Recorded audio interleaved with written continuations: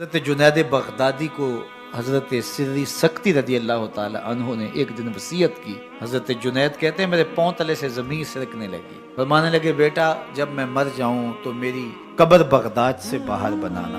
मैंने पूछा हज़रत क्यों? लोग तो बगदाद में दफन होने को तरसते हैं। कहा मेरी बदआमालियों की वजह से बगदाद की मिट्टी मेरी लाश कबूल करने से इनकार न कर दे। ये वो लोग हैं जो अपनी रातें सजदे में और क़याम में बसर करते हैं।